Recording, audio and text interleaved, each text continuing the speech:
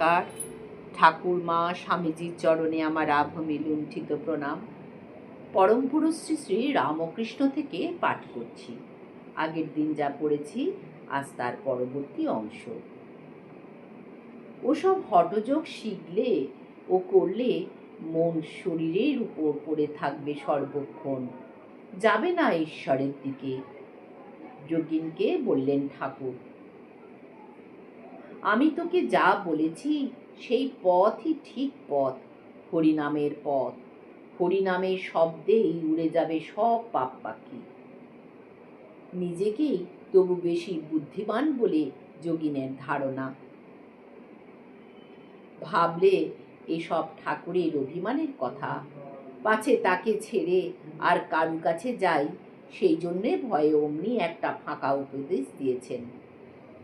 শেষকালে মনে কি ভাব এলো, ঠাকুরের কথা মতোই দেখি না করে লেগে গেল হরিনামের মহোৎসবে। ঠাকুরের কি অশেষ কৃপা, কদিনের মধ্যেই ফল পেল প্রত্যক্ষ। কিন্তু কাম ক্রোধ ঈশ্বর দিয়েছেন কিসের জন্য? মহৎ লোক তৈরি করবেন বলে। বললেন ঠাকুর, মন্দ না থাকলে ভালোর মাহাত্ম্য কি? অন্ধকার না থাকলে আলোর দাম কে দেয়? সীতা বললেন, রাম, অযোধ্যায় সব যদি সুন্দর অট্টালিকা হতো তো বেশ হতো। অনেক বাড়ি দেখছি ভাঙা আর পুরনো। রাম বললেন, সব বাড়ি যদি সুন্দর হয়, নিখুঁত হয়, তো মিস্ত্রিরা করবে কি? থাক মন্দ, থাক পাপ, থাক কাম ক্রোধ, শুধু সংযম করো, সাবধান হও। কত রোগের থেকে সাবধান হচ্ছ, সভোগের জন্যই কত অভ্যাস করছো সংযম। এও তেমনি। আর ঈশ্বরের চেয়ে বড় সভোগ আর আছে কি? দেখো না, এই হনুমানের দিকে চেয়ে ক্রোধ করে লঙ্কা পোড়ালো। শেষে মনে পড়ল, এই রে, অশোক বনে যে সীতা আছেন। তখন ছটফট করতে লাগলেন। তাই তো বলি, রাস টানো। মদনকে দগ্ধ করলে শিব, মুগ্ধ করলে কৃষ্ণ। শিব মদন দহন, আর কৃষ্ণ মদন মোহন। দাক্ষিণাত্য বেড়াবার সময় রামচন্দ্র ঠিক করলেন চাতুর্মাস্য করবেন।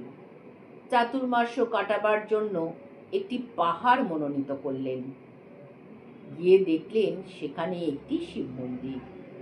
রাম লক্ষ্মণকে বললেন, মন্দিরে যাও, শিবের অনুমতি নিয়ে এসো। মন্দিরে গিয়ে শিবকে লক্ষ্মণ জানালো তাদের প্রার্থনা। শিব কিছুই বললেন না, শুধু অন্য মূর্তি ধারণ করলেন। অন্য মূর্তি মানে অদ্ভুত এক নৃত্য মূর্তি।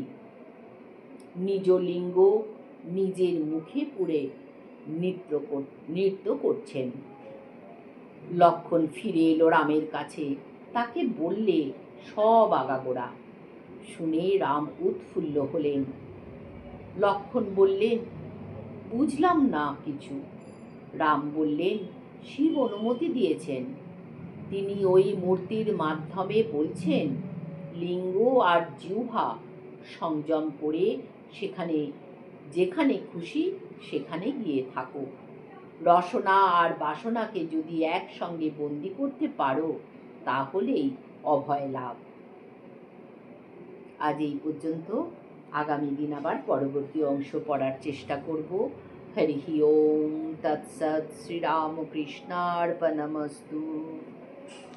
জয় ঠাকুর, জয় ঠাকুর, জয় ঠাকুর।